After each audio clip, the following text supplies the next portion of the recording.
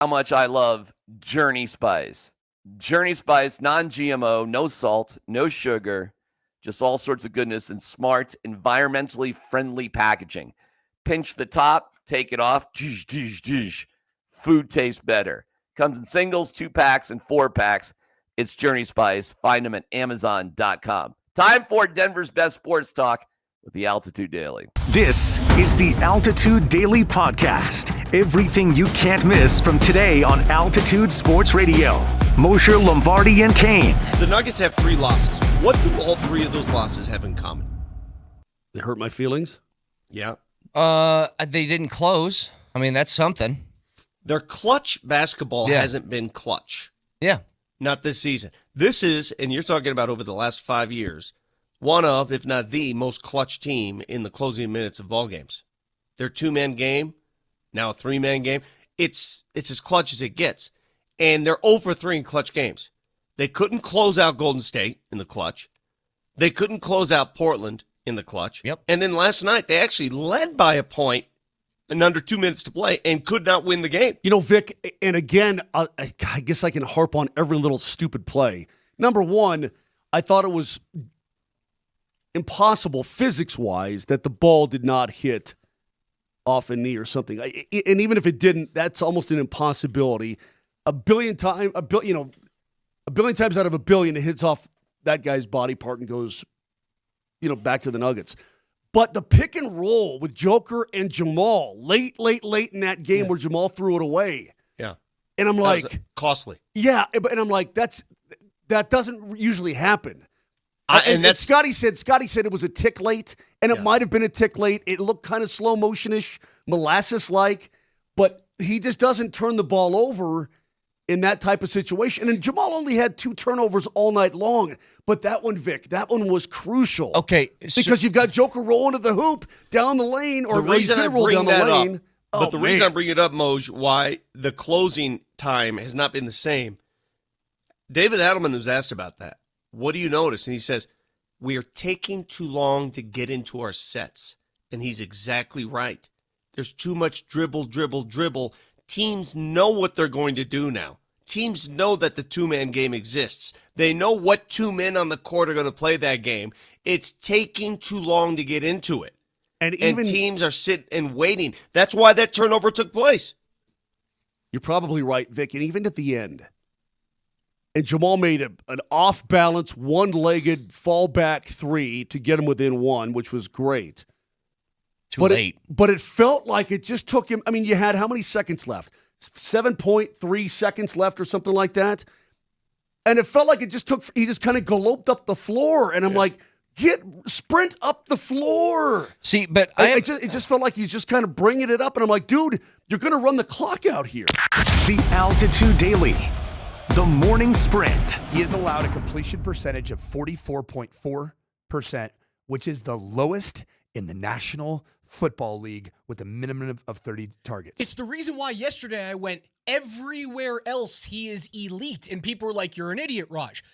Everywhere else, by the numbers, he's elite. But he screws it up because his hand's in the cookie jar at the biggest moments. And then he also has forced a tight window throwing percentage of 37.7 on the targets that he faced, which is 5th best amongst corners. And that's essentially saying he just plays tight coverage and makes throws harder than they should be. Yep, and in those snaps where there is less than 2 yards of separation, the ball's been completed at 37.7% of the time. Where does that rank? Really good. 5th best. 5th best in the league. It's pretty good, dude. It's pretty good. Now, what you're doing is the fire that you play with, though. He has spent, this is a wild stat, he has spent 2 minutes and 58 seconds of real clock time in tight coverage this season, which is the most of any defender in the National Football League. The guy's been covering his ever-living tail off. He has, the downside of that is that he does play really aggressively. And at times, that continued aggression rears its ugly head when the ball is in the air. He has 11 pass interference calls. How many games have the Broncos played? They played 11.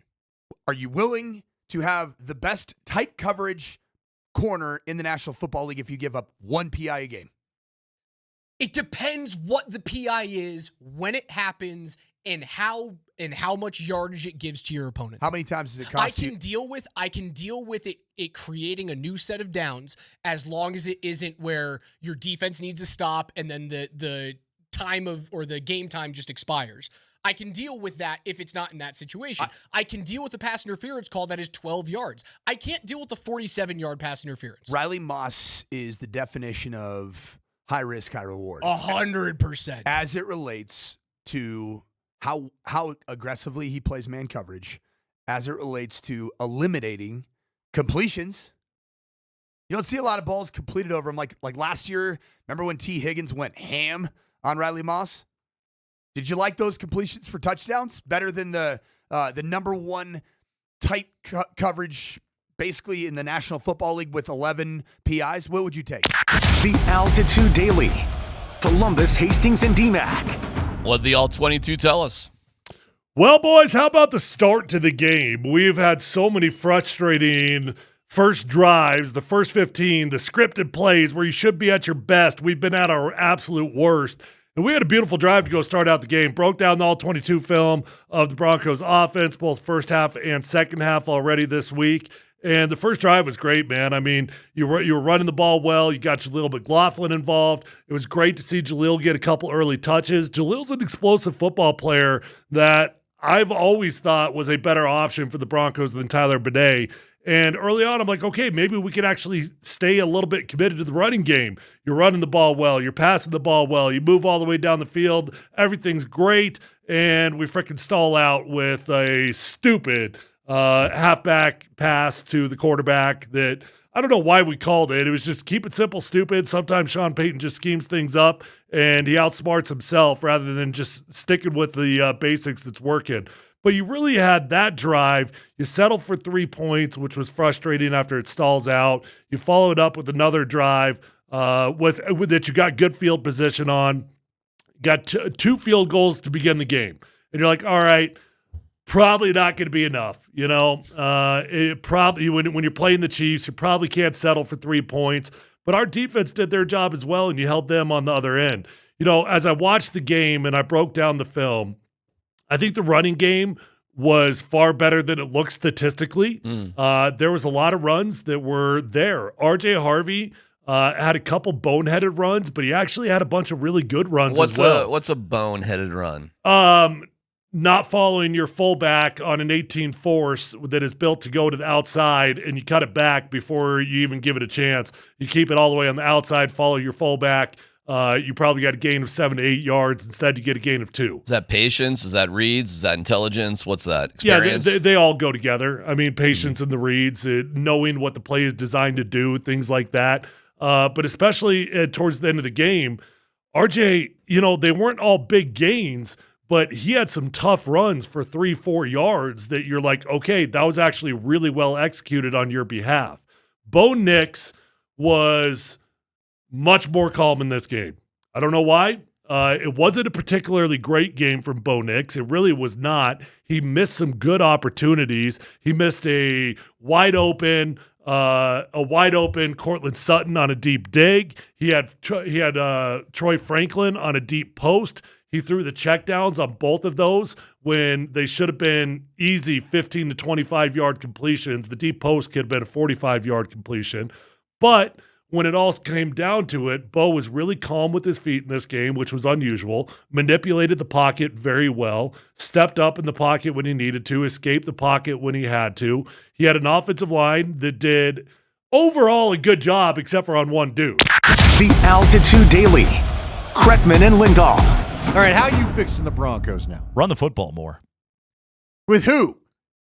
You trusting Harvey? Total runs this year. Bo Nix, 4.5 per game. Last year, 5.4. He wants to run the ball more.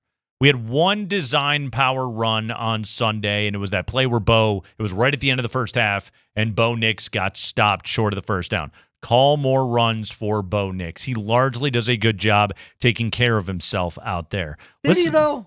Did he get stopped? He didn't feel like his butt crossed the first down line? Yeah, but the ball has to. Okay, but therein lies the issue. I'm not sure. I would have challenged that. They don't give you a first down for cheeks. They give you a first down for the nose of the football. Bo Nix leads the NFL in pass attempts. I gave you that stat earlier. Leads the NFL in pass attempts. And again, it's not like the Broncos. Jeff Howe had this in The Athletic today. It's not getting all saved for the fourth quarter. He has thrown more passes in the first half than he has in the second half of games. So like in the second half, Sean Payton has been more willing to lean into his run game, again, generally because the game script has said it is a close game. We need to start to run this clock out a little bit and get to a place where Will Lutz can go out on the field and kick a game-winning field goal. I want to see more quarterback run play out of Denver, in addition to, just trusting the rookie back in R.J. Harvey. You gave him 11 carries on Sunday. In total, the Broncos gave the ball to the backs for 18 runs, compared to 38 pass attempts in that game. 38-18 in terms of pass attempts versus opportunities for the backs. The Broncos, I think, could do a couple of things. Number one, I think they're a good running team. I think they have an outstanding offensive line that is a good run-blocking group, but also you could solve some of your time of possession conundrum and the amount of plays that your defense has to be out on the field for by, chewing up a little bit more clock. Yeah. Time of possession, it was hold on, I want to make sure I got this number correct because I noted it at halftime on Sunday. 16-36 to Kansas City for 13-24 for Denver.